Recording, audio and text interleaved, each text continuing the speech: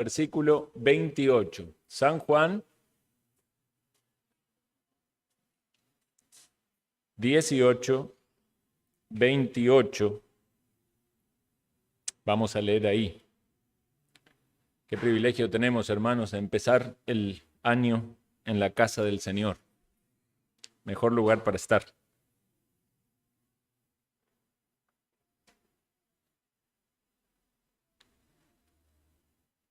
Vamos a leer la palabra. San Juan 18, 28. Llevaron a Jesús de casa de Caifás al pretorio. Era de mañana, y ellos no entraron en el pretorio para no contaminarse y así poder comer la Pascua. Entonces salió Pilato a ellos y les dijo: ¿qué acusación traéis contra este hombre?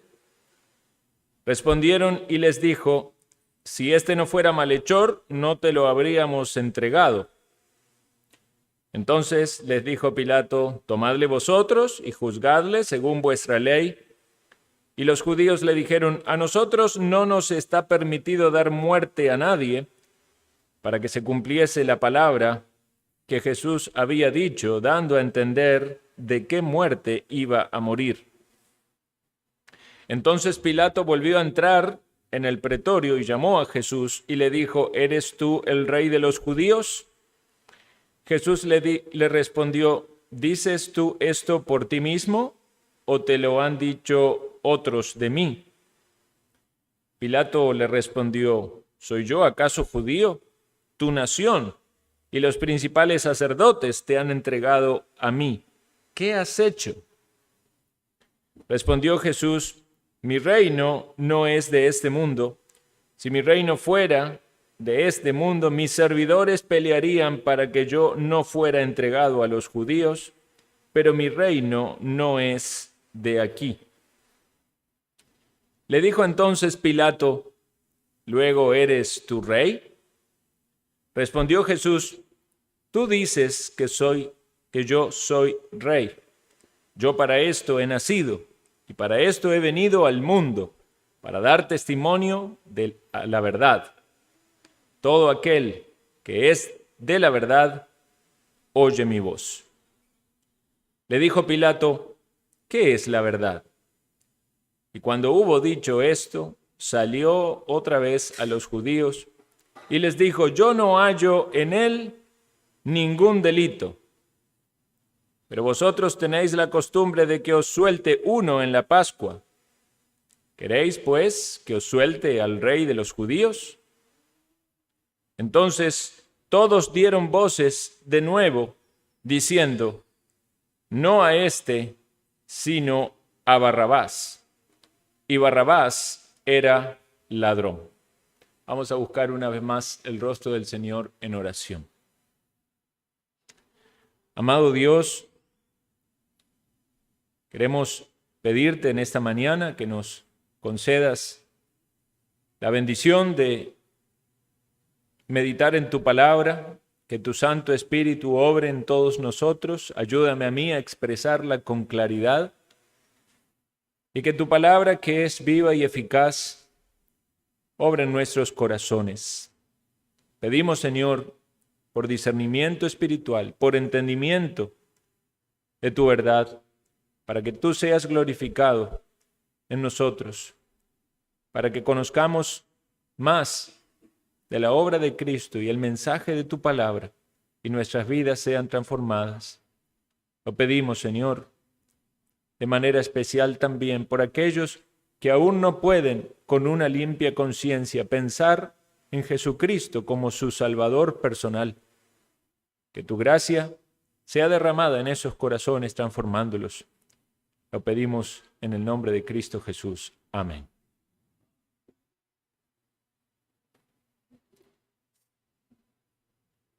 Habíamos hecho una pausa en el estudio de este evangelio, pero en el sermón anterior que tomamos en esta serie habíamos visto la negación de Pedro. Recordamos entonces que Jesús había sido llevado, luego de ser arrestado, primeramente al lugar donde estaban los sacerdotes. Es conocido como el patio de Anás, también el lugar donde estaba Caifás, y en esa reunión del Sanedrín judío, de los religiosos judíos, en ese juicio apresurado y mal llevado en la práctica, quizás también por la premura que muchas veces es mencionada, de que posteriormente venía el día de reposo, también que estaban en la fecha de la Pascua. Vemos entonces que Jesús es llevado desde el patio de Anás o del lugar de la casa de Caifás al pretorio. Y el pretorio era el lugar donde estaba el gobernador o procurador de una provincia romana. En este caso estamos hablando de la provincia de Judea, y la persona a cargo de esta tarea de gobernar en Judea era Poncio Pilato. Eso es un personaje histórico, ¿verdad? Y creo que eso es también bastante importante que lo tengamos en cuenta, porque estamos hablando de un Jesús que es histórico. Y nos dice el texto allí que era de mañana. Recordemos entonces que pasó toda la noche en esas acusaciones y en esos juicios, en los golpes que Jesús recibió, en las burlas. Ya estamos hablando de la pasión de Cristo, de sus sufrimientos por nuestra salvación. El Señor ya estaba sufriendo, siendo Él inocente, pero Él se había dispuesto, se había entregado para cumplir la voluntad del Padre. Estaba tomando la copa en un sentido, aunque entendemos que la parte más significativa es el soportar la ira de Dios en la cruz, pero todos estos sufrimientos previos eran necesarios también, y el Señor sufrió en nuestro lugar, y vemos cómo fue falsamente acusado, engañado, enjuiciado de una manera incorrecta, aún para los propios judíos, con acusaciones falsas, ¿verdad? Con testigos falsos, con toda esa malicia en el corazón de ellos, queriendo deshacerse de Jesús. Bueno, entonces, estando allí en la casa de Caifás o el patio de Anás, Pedro niega al Señor, canta el gallo, y eso ya nos hace pensar en la hora. Ya estaba llegando el amanecer. Prácticamente en esa noche, tanto los judíos, los sacerdotes, como el mismo Jesús padeciendo, no habían dormido, no habían descansado nada. Pensemos que fue una larga noche desde que estuvieron en el huerto, todo lo vivido en el día anterior, y ahora es llevado al pretorio. Y hay una nota aquí interesante que dice el apóstol Juan en su relato, que los judíos no entraron al pretorio porque no querían contaminarse. Y la mención es, y así poder comer la Pascua. Surge inmediatamente una duda. ¿Acaso no fue que en la noche anterior Jesús comió la Pascua con los discípulos? ¿Cómo es que estos judíos dicen que querían guardarse y no contaminarse para poder comer la Pascua? Pensando entonces que la comerían en la noche de ese nuevo día que comenzaba. Bueno, hay varias explicaciones o argumentos para defender esto, no pensando que es una contradicción. Obviamente aquellos que atacan la palabra van a querer decir, ven, la Biblia se contradice, o que Jesús no comió la cena de la Pascua, o que no murió en el día de la Pascua. Bueno, lo cierto es que hay varias explicaciones. Una de ellas, que yo había mencionado anteriormente, eran de 2 fechas aceptadas, debido a la cantidad de personas que habían en Jerusalén y a los animales que eran necesarios para el sacrificio, y a la influencia de en todas las otras provincias de Israel, por así decirlo, del Imperio Romano, manejaban un calendario diferente. Entonces algunos celebraban un día y otros en el día posterior. Principalmente decían que los sacerdotes eran los que celebraban el día posterior porque en el día donde la gran cantidad de gente lo celebraban, estaban muy ocupados con los sacrificios. Bueno, esa es una de las explicaciones. Otra de las explicaciones es que cuando dice que se cuidaban de no contaminarse para comer la Pascua, no hace referencia puntualmente a la cena de Pascua, sino a la fiesta que en general duraba 7 días.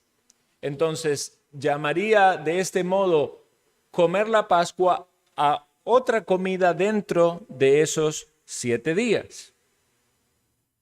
Y hay otra explicación que también podemos considerar, que es que los judíos que aquí están mencionados simplemente no comieron la cena de la Pascua y se demoraron porque estaban ocupados en atrapar a Jesús y no podían hacerlo hasta tanto lograran atraparlo y llevarlo y juzgarlos. Entonces, vemos que hay distintas explicaciones y no necesariamente esto significa de que hay algún error en la Escritura.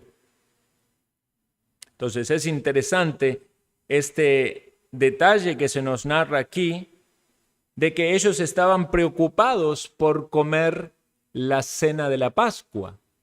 Y cuando dice ellos, ¿a quién se refiere? Se refieren a los religiosos judíos, los del Sanedrín, la gente del sacerdocio, la gente de la guardia de los sacerdotes, aquellos que tomaron a Jesús, que lo enjuiciaron de manera apresurada y con mucha malicia, y ahora lo llevan a Pilato con la búsqueda y el propósito de que Pilato determine la muerte del Señor. Y entendemos que esto era por medio de la crucifixión, como los romanos lo hacían. Ahora, ¿no es esto una manifestación de una gran inconsistencia? Querer cuidarse para poder participar de una cena que era religiosa, no contaminarse. Ustedes saben que la ley mosaica hablaba de contaminación, sobre todo si tenía que ver con el contacto con los gentiles o contaminación por algún muerto. Estamos hablando también de que en ese entorno del pretorio era un lugar, ¿verdad?, donde había mucha influencia de los romanos, había cuestiones paganas allí, de idolatría. Entonces ellos marcan ahí una línea muy estricta y dicen, no, nosotros no podemos entrar aquí, no podemos contaminarnos. Pero por otro lado, en su propio corazón estaban deseando la muerte del Santo de Dios. Con claridad vemos en los evangelios algo que los profetas ya reprochaban del pueblo de Israel, y el Señor lo repite, dice, este pueblo de labios me honran, mas en su corazón está lejos de mí. Ahora, no lo podemos entender directamente acerca de Jesús, porque en ese momento no lo honraban a Jesús de labios. Antes sí lo habían recibido, ¿verdad?, entrando en Jerusalén, y muchos estaban en favor de él, pero ahora estos quieren la muerte de Jesús, pero ellos de labios honraban a Dios. Ellos querían guardar al detalle la ceremonialidad de la religión, querían obedecer a Dios en las fiestas, en los alimentos, en no contaminarse, pero deseaban matar al Hijo de Dios. Rechazaban a aquel a quien Dios había enviado. Y esto nos hace pensar que esa conexión que ellos manifestaban tener con Dios no era real, no era algo espiritual, era tan solo una apariencia. Era algo de nombre, era algo nominal. ¿Podían ellos mantener los rituales? ¿Podían ir al templo? ¿Podían participar en los sacrificios? ¿Guardar las fiestas solemnes? El Señor hablaba acerca de los fariseos que les gustaba hacer largas oraciones en público. Eran también destacados por su capacidad de dominio propio haciendo ayunos. También querían ser conocidos como personas justas, temerosas de Dios, obedientes a la ley. Pero el problema era que limpiaban mucho de lo de afuera, pero por dentro estaban corrompidos. Eran sepulcros blanqueados. El Señor atacó duramente esta condición o esta descripción en ellos, esa falta de integridad, esa hipocresía que los caracterizaba. Y los juicios muchas veces despiadados de aquellos que no eran quizás aptos en lo ceremonial o aptos en lo visible, pero el Señor, que conocía los corazones, sabían que esas personas tenían un corazón humillado, contrito y que realmente estaban buscando a Dios. Y podemos recordar, ¿verdad?, la oración del fariseo y la oración del publicano golpeando su pecho. De ahí que las bienaventuranzas cobran nuevamente fuerzas cuando dice: bienaventurados los pobres de espíritu, bienaventurado aquel que reconoce su necesidad espiritual, su pobreza, que ve que no tiene recursos. Claro, los fariseos, los religiosos, se consideraban a sí mismos ricos espirituales, que ellos tenían las características que a Dios le agradaba según su parecer. Pero sinceramente no conocían al Señor. No les agradaba esas cuestiones externas que venían de un corazón no regenerado. Entonces también nosotros podemos tomar esto y aplicarlo a nuestro contexto también. Pudiese ser que haya personas que están poniendo el énfasis en las cuestiones externas, el énfasis en la ceremonia, el énfasis en ir a una iglesia, sentarse y escuchar la palabra. Y no es que esto esté mal, es lo que debemos hacer, es un mandato del Señor.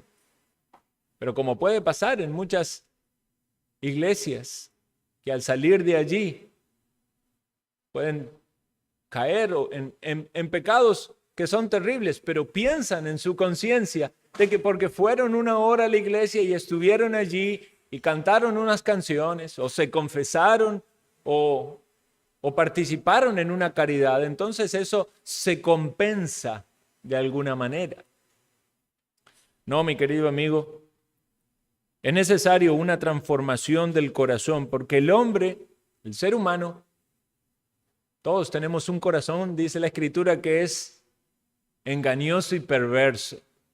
Y vamos a querer compensar con religiosidad, con actos ceremoniales o externos, la carencia de la limpieza de nuestro ser. Y para eso solamente es posible con la gracia del Señor, la sangre de Cristo que nos limpia de todo pecado. Por eso era necesario que el Hijo de Dios muriera, para que con su sangre nos limpiara de toda falsedad, de toda hipocresía. Incluso podríamos mencionar también que esta gente era muy dura con otros, juzgando a otros. Claro, siempre el pecado de otros va a parecer más grave que el pecado propio. Ahora, en la lectura bíblica se menciona el texto de aquel que ve la paja en el ojo ajeno, pero no ve la viga en su propio ojo.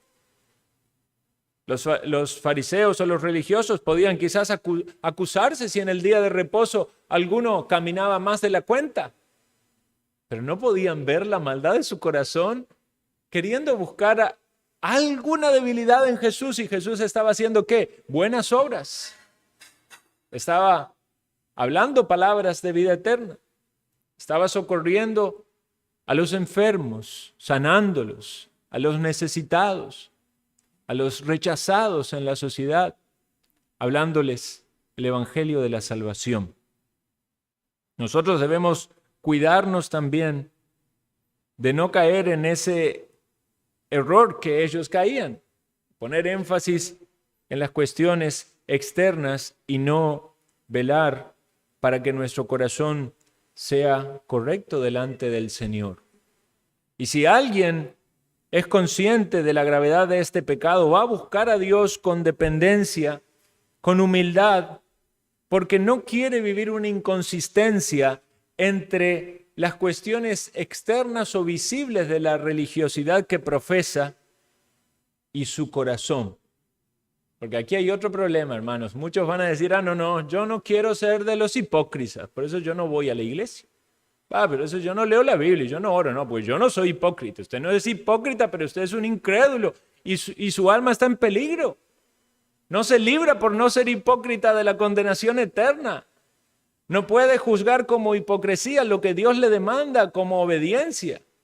Busque al Señor, vaya a la iglesia, ore, lea la Biblia, pero si se da cuenta que hay una diferencia entre lo que manifiesta exteriormente y lo que sale de su corazón, entonces clame al Señor para que el cambio sea hecho en su corazón. Y por la gracia del Señor usted pueda buscar a Dios de verdad. La gracia del Señor se manifieste en su salvación y en su santificación. Todos en algún momento de nuestra vida vamos a ver una diferencia entre nuestro conocimiento y en nuestra práctica.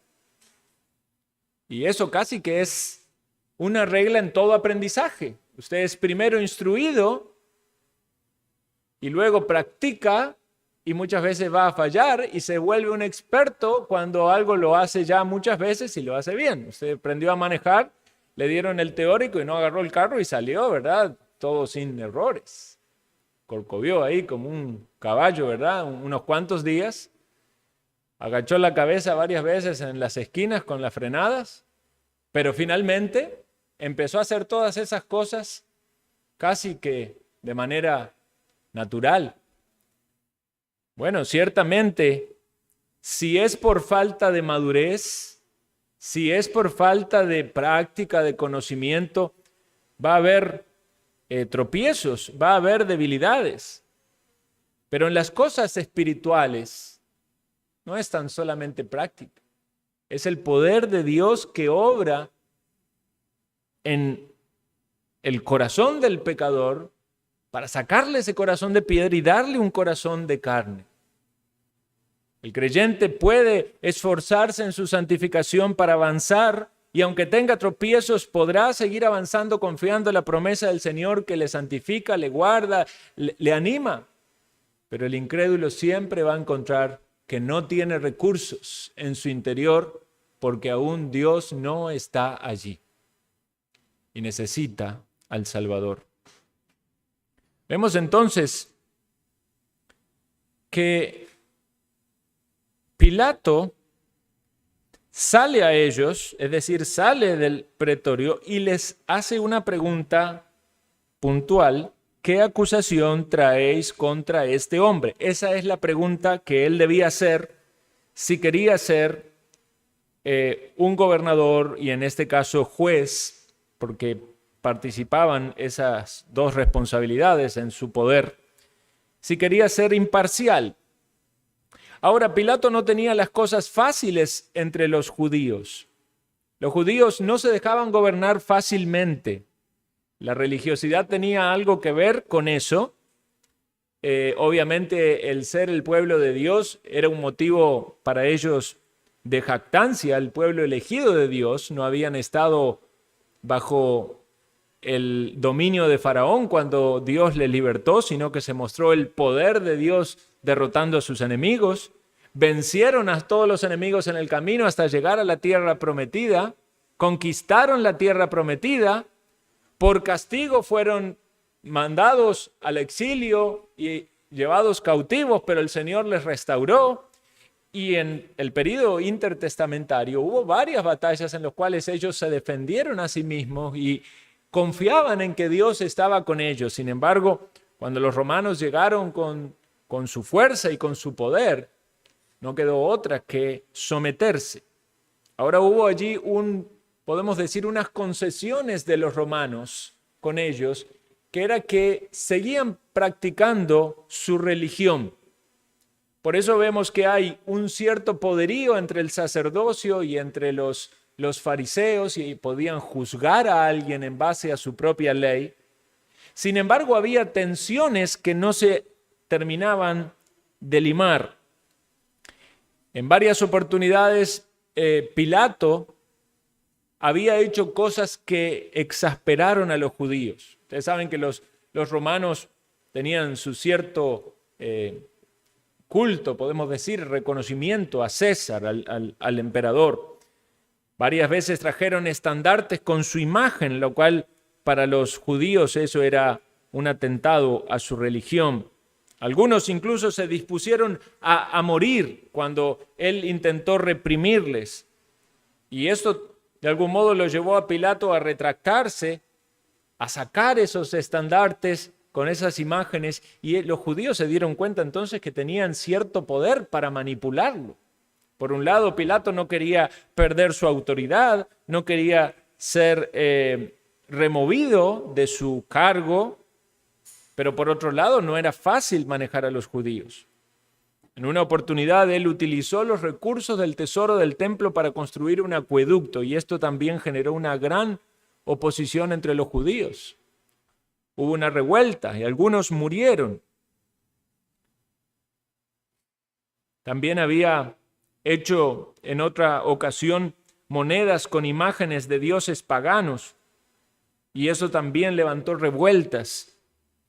Y les cuento todas esas cosas que son menciones que hacen los comentaristas, porque nos da un poco el contexto de la dificultad, de la tensión que había en la relación entre los judíos y Pilato.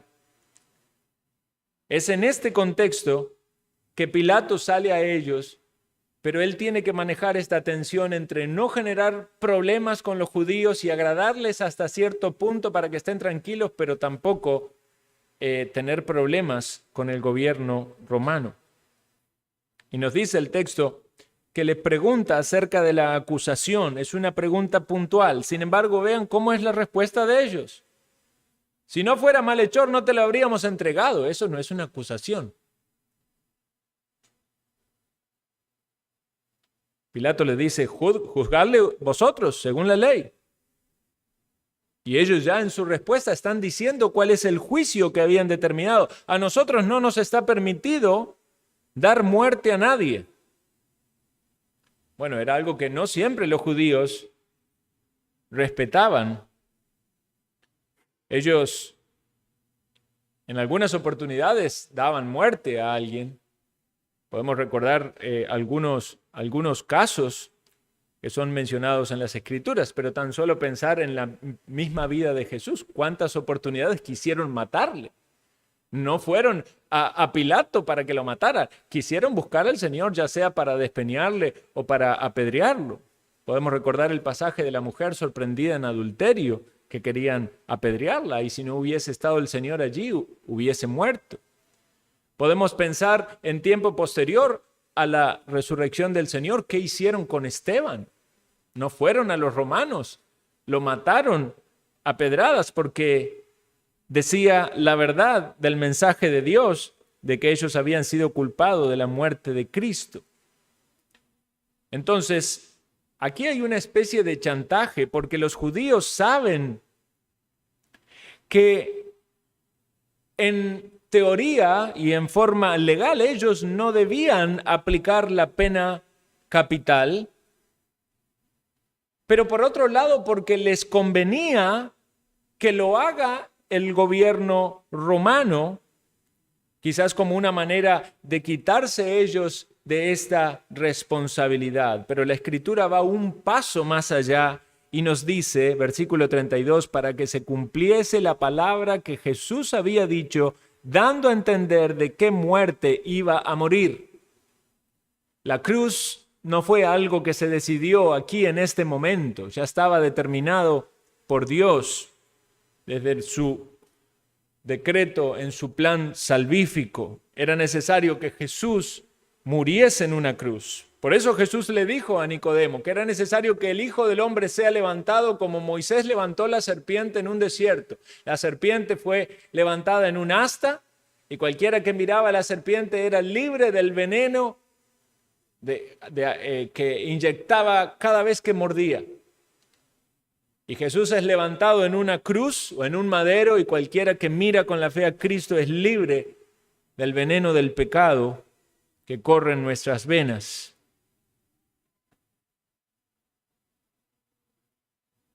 Ellos estaban de alguna manera queriendo utilizar al gobierno romano para deshacerse de Jesús. Pero por otro lado se estaba cumpliendo el decreto de Dios y las profecías de Dios. En Deuteronomio dice la Escritura que aquellos que eran colgados en un madero era una práctica de ejecución que Israel solamente lo tuvo en tiempos de guerra con los ejércitos enemigos, no en el propio pueblo. En Josué 8:29 dice, y el rey de Ai lo colgó en un madero hasta caer la noche, y cuando el sol se puso, mandó Josué que lo quitasen del madero su cuerpo y lo echasen a la puerta de la ciudad, y levantaron sobre él un gran montón de piedras que permanece hasta hoy. Entonces, ese tipo de muerte o de sentencia era un sinónimo de estar bajo la maldición de Dios. Eso es estar bajo la maldición divina. Jesús había dicho que él iba a ir a la cruz. En Gálatas 3:13 dice que Cristo nos redimió de la maldición de la ley, hecho por nosotros maldición, es decir, Cristo fue hecho maldición. Porque escrito está, maldito todo el que es colgado en un madero, es decir, Cristo se convirtió en una maldición al soportar el juicio, el castigo de Dios, siendo la muerte sustitutiva en nuestro lugar, cargando la culpa de nuestro pecado. Y eso es lo que nos dice la profecía. Jehová cargó en él el pecado de todos nosotros. Su pecado y mi pecado estaba en las espaldas de Cristo. Y él fue hecho maldición para que la bendición de la salvación esté en nosotros. Y así como lo leímos en la Escritura, el cuerpo de Jesús fue retirado antes del anochecer. Y ninguno de sus huesos fue quebrado, porque el Señor había entregado su vida antes. Pensamos entonces, hermanos, en cómo la providencia de Dios se combina con esta terrible culpa de la responsabilidad humana. Ellos estaban entregando a Jesús a Pilato. Ellos, dice en palabras de Pedro, vosotros matasteis al autor de la vida. Ellos eran ciertamente responsables, pero por otro lado, pensando de que se desligaban de la responsabilidad.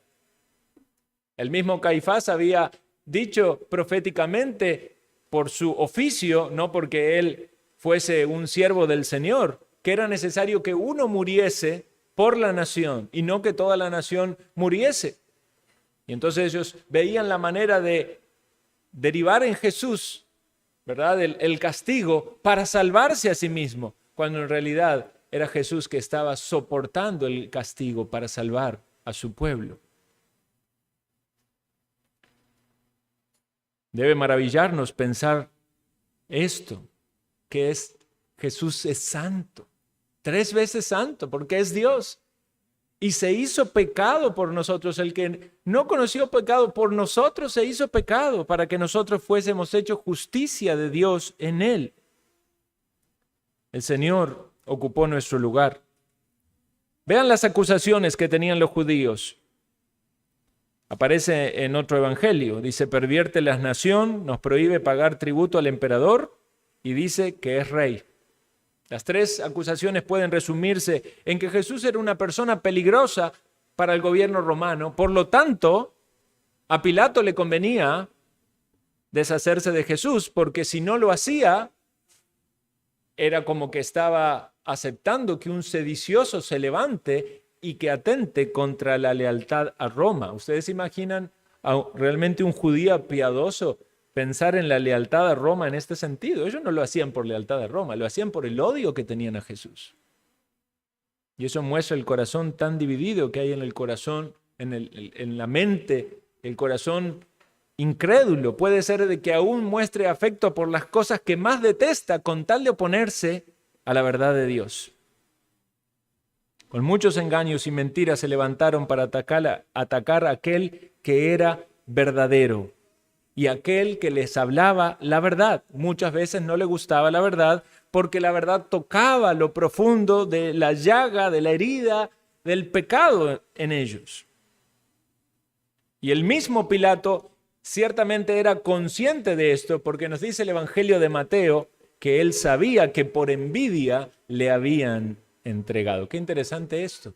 Tenían envidia de Cristo. Tenían envidia de que Jesús era tan bueno, tan santo, tan justo. Pero en lugar de ver todas esas características tan piadosas en Cristo y llevarle a la humillación, se transformaron en más odio contra Cristo. Esto puede pasar incluso, de que usted tenga envidia de las cosas buenas que otra persona tiene, porque ama más a Dios, porque sirve más a Dios, y en lugar de motivarlo a usted a humillarse y a buscar más a Dios, tiene rechazo contra esa persona.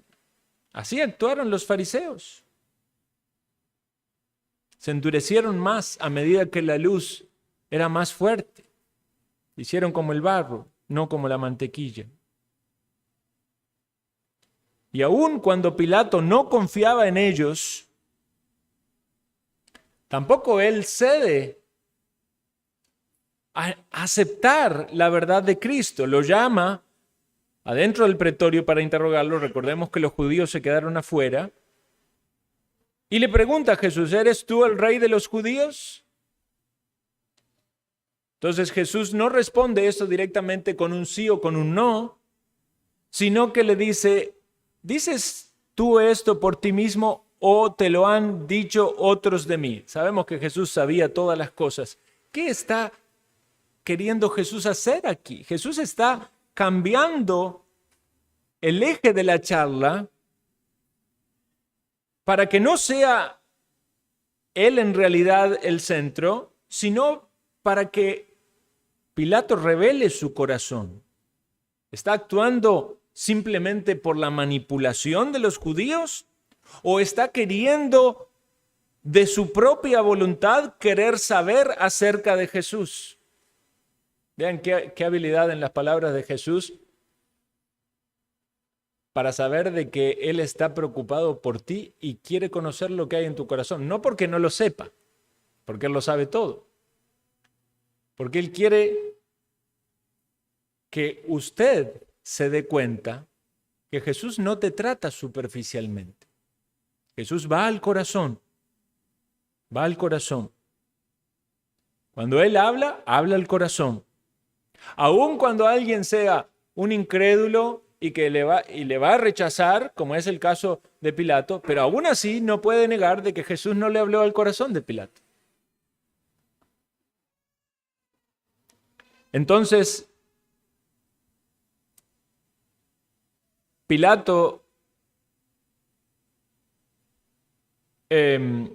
Jesús le dice aquí, Pilato le dice: ¿soy yo acaso judío, tu nación y los principales sacerdotes te han entregado a mí? ¿Qué has hecho? Otra pregunta. ¿Qué has hecho? ¿Qué podía responder a eso Jesús? ¿Qué he hecho? A ver, ¿qué hizo Jesús? Ya lo mencionamos. Sanó a los enfermos, anunció las buenas nuevas a los pobres, le dio esperanza a los que no eran aceptados en la religión del judaísmo, transformó la vida de sus discípulos. Jesús les dice: mi reino no es de aquí. Mi reino no es de aquí o no es de este mundo. Si mi reino fuera de este mundo, mis servidores pelearían para que yo no fuera entregado a los judíos, pero mi reino no es de aquí. Esto suele entenderse muchas veces de manera incorrecta. Jesús no está diciendo mi reino no es terrenal, porque ciertamente Jesús es rey de todo, rey del cielo, rey en la tierra. Más adelante vemos que Jesús dice, tú dices que yo soy rey, yo para esto he nacido y para esto he venido al mundo. O sea, vino al mundo porque Él es rey. Vino al mundo porque Él va a reinar. Pero ¿qué significa esto de que mi reino no es de aquí? Mi reino no es como el reino en el sentido en que lo está entendiendo Pilato y en el sentido en el que se manifiestan los reinos de este mundo, reinos por la fuerza, reino por un ejército, reinos por la violencia. El reino de Cristo es un reino de fuerzas espirituales, es un reino de transformación interna, es un reino que está en otra dimensión, que no excluye la dimensión física o terrenal, pero que va más allá de esa esfera material. Es un reino que va a crecer más y más. Recordemos que el Señor había dicho que el reino estaba entre ellos. Recordemos que Jesús predicaba el evangelio del reino. Recordemos que Jesús habla de que por medio del nuevo nacimiento se puede ver el reino de Dios y se puede entrar en el reino de Dios. Y recordemos que Jesús es rey, claramente. Pero entonces no es un rey como lo eran los otros reyes, por medio de la violencia, de la espada, de la ambición, de engaño. No es un rey en el cual el que está más arriba tiene más poder y más poder para su propia vanidad, para aprovecharse de lo demás. Jesús mismo le dijo a los discípulos, no es como ustedes piensan que el que es más grande va a ser el más servido, no, al contrario, se va a humillar más, va a ser más siervo. Y Jesús les dejó ese ejemplo en la noche tomando el agua, el lebrillo, la toalla y limpiando, lavando los pies de ellos. No piensen los discípulos que en este reinado va a haber pecado manifestándose. No es un reino santo donde nuestro rey es el más santo y el que más se humilla y el que más sirve. Un reino totalmente antagónico al reino que estaba en la mente de los judíos y en la mente de Pilato. Por eso el Señor no responde directamente con un sí o con un no. Sí, ciertamente es rey, ciertamente para esto ha venido, pero el Señor empieza desde adentro para afuera, trabajando en el corazón, por el poder de su palabra, llamando a los pecadores al arrepentimiento, cambiando todo lo que hay en el corazón corrupto de una persona que está sin Dios, sin Cristo, sin esperanza. Cuando es llamado por Cristo, oye la palabra, es transformado y el reino de Cristo empieza a manifestarse. Antes reinaba el pecado, ahora reina Cristo. Y por eso el creyente tiene que luchar para que Cristo reine. No reine pues el pecado en nosotros. Queremos ser santos porque nuestro Señor es santo. Queremos someternos a su reinado para servirle como instrumentos útiles. Queremos dar a conocer las buenas nuevas porque queremos que haya más súbditos de este reino. Pero no lo hacemos con banderas y estandartes de una nación terrenal. Es una nación celestial, compuesta por todos los verdaderos creyentes. Por eso hacemos discípulos compartiendo las enseñanzas que el Señor nos ha dado. Id y hacer discípulos a todas las naciones, enseñándoles todo lo que Él nos ha enseñado, bautizándoles en el nombre del Padre, del Hijo y del Espíritu Santo. ¿Es usted del reino de Cristo? ¿Ha nacido usted de nuevo? ¿Se han abierto sus ojos para ver las realidades espirituales? Se dio cuenta que estaba muerto en delito y pecado y necesitaba un Salvador, y lo vio a Cristo glorioso, maravilloso, digno de toda alabanza y adoración. Se humilló ante Él y le reconoció como su Salvador personal. Vean qué maravilla, cómo opera Cristo. No por imposición, no a la fuerza, no con violencia, no con engaños, con palabras de vida eterna, con amor, con buenas obras. Le llama para que usted venga a su reino. Y eso es lo que dice la Escritura, que Dios nos ha trasladado del reino de las tinieblas al reino de su amado Hijo. Este es Jesús, el Rey.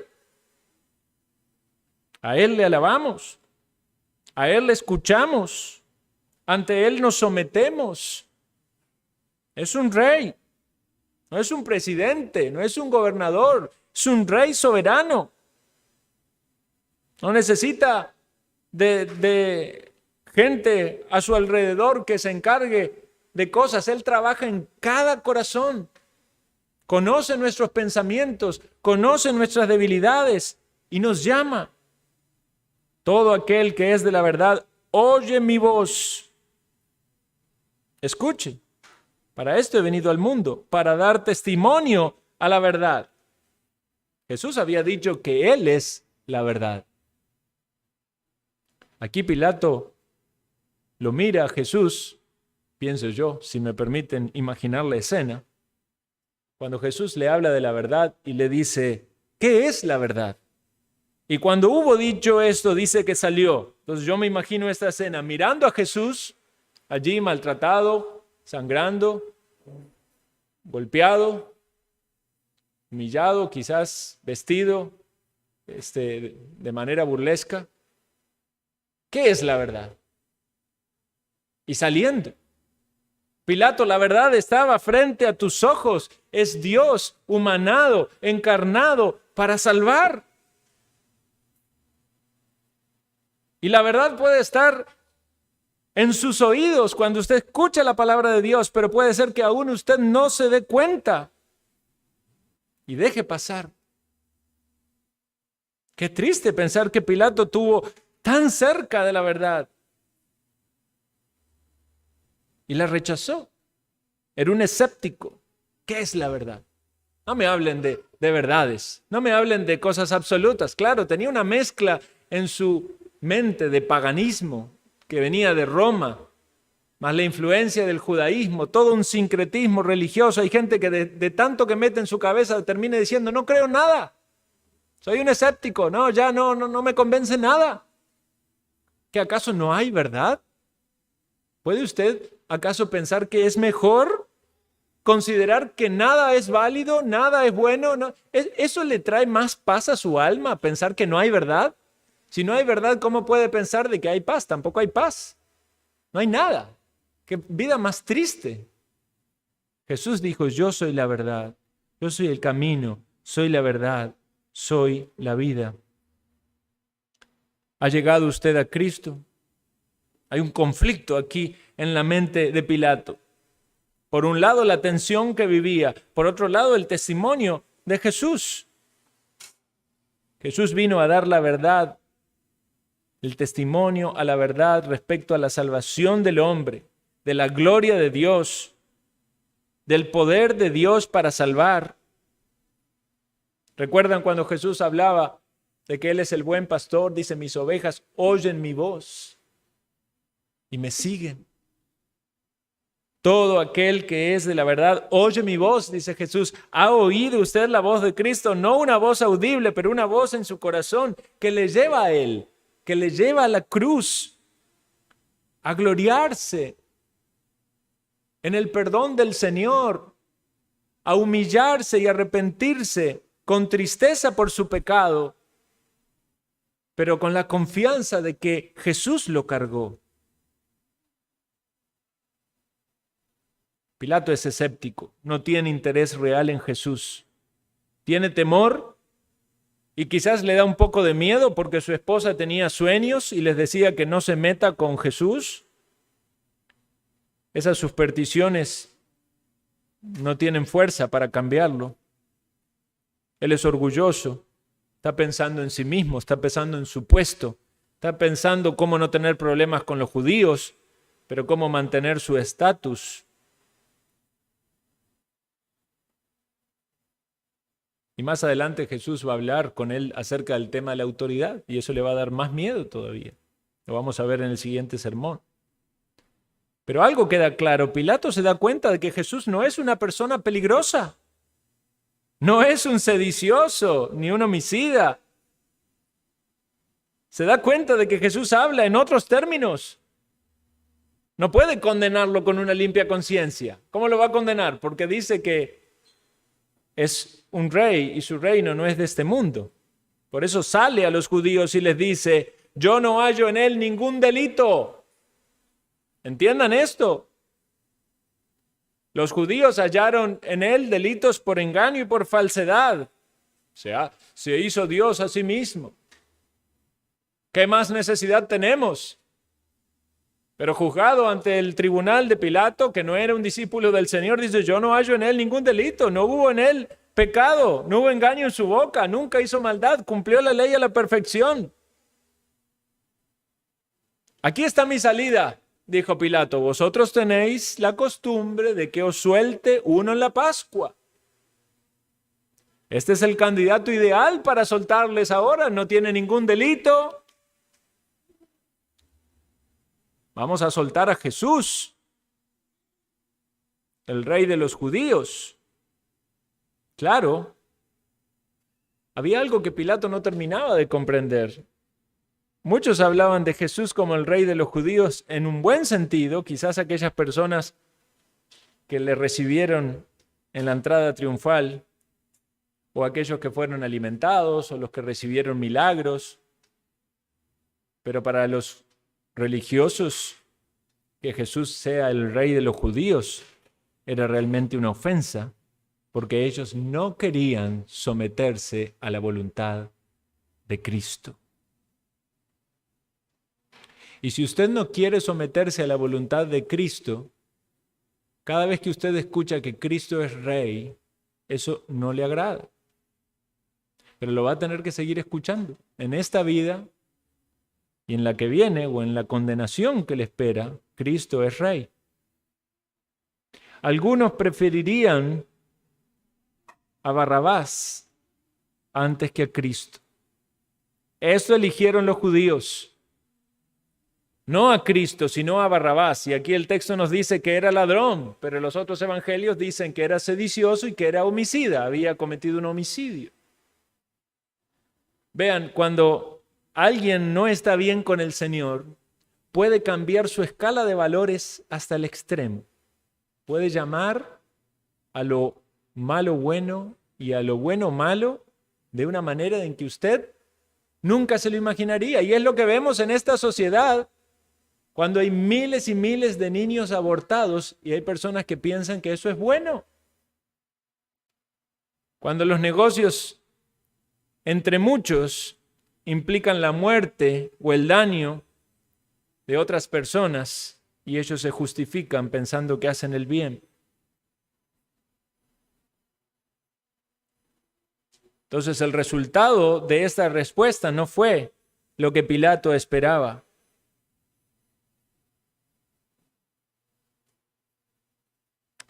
Él se da cuenta de que Jesús también en algún punto estuvo en la jurisdicción de Herodes y por eso decide enviar a Jesús a Herodes. No lo relata este evangelio, pero es apropiado mencionarlo aquí. Y nos dice que Pilato había estado enemistado con Herodes. Una manera también de simpatizar con los judíos, pero también buscar la manera de librarse de la responsabilidad. Qué interesante esto, ¿verdad? Aliarse con los enemigos para la maldad.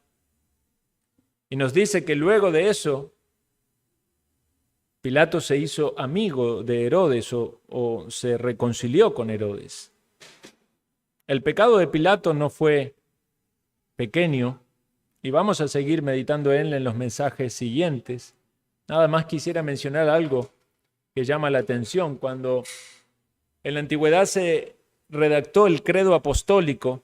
Ustedes escucharon el credo apostólico, dice así en su primera parte: creo en Dios Padre Todopoderoso, Creador del cielo y de la tierra, y en Jesucristo, su Hijo único, nuestro Señor, que fue concebido por la obra y gracia del Espíritu Santo, nació de la Santa María Virgen y padeció bajo el poder de Poncio Pilato. Algunos se preguntan por qué los redactores pusieron allí a Pilato, no mencionan allí a Caifás ni a Herodes.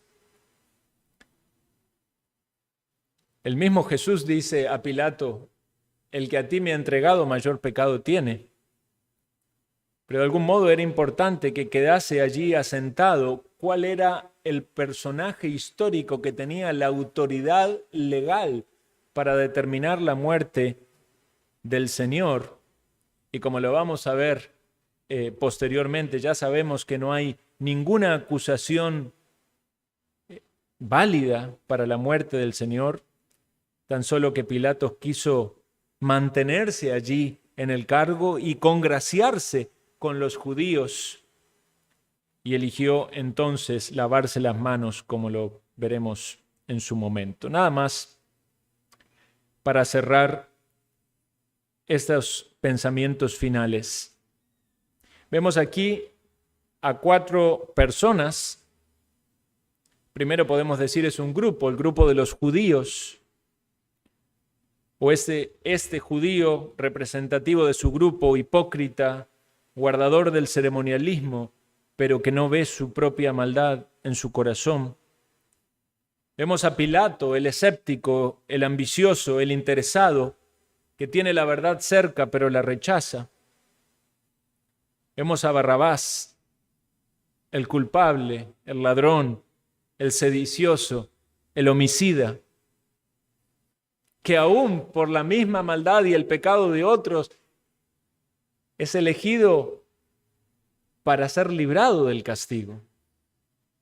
Y está Jesús, el Salvador, el que padece sin merecerlo, pero que lo hace por nuestro bien. ¿Cuál de estas personas te representa, te hace meditar en tu propia vida? Jesús vino por todos aquellos que en sus delitos y pecados reconocen la necesidad que tienen del Salvador. Cualquiera sea el pecado, cualquiera sea la lucha en tu corazón, como los judíos, o como Pilatos, o como el mismo Barrabás, no hay pecado que el Hijo del Hombre no pueda perdonar. Veámoslo a Él inocente y entregándose para nuestro bien. Y si escuchas la voz de Cristo y reconoces tu necesidad, llega a Él por medio de la fe, sin demorarlo, responde a su llamado, confía en Él, cree en Él. Y el que a Cristo va, Él no le rechaza, Él no le echa fuera. Tendrás perdón de pecados y tendrás paz con Dios. Oremos.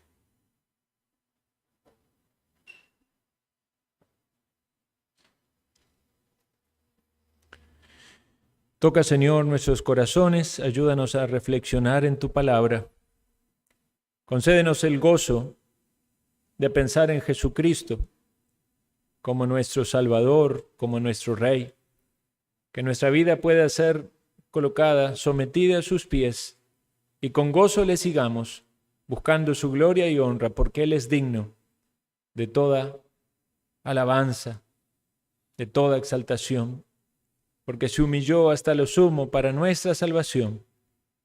Y tú, oh Padre, le has exaltado hasta lo sumo, para que en el nombre de Cristo se doble toda rodilla de los que están en los cielos, en la tierra y debajo de la tierra, y toda lengua confiese que Jesús es el Señor.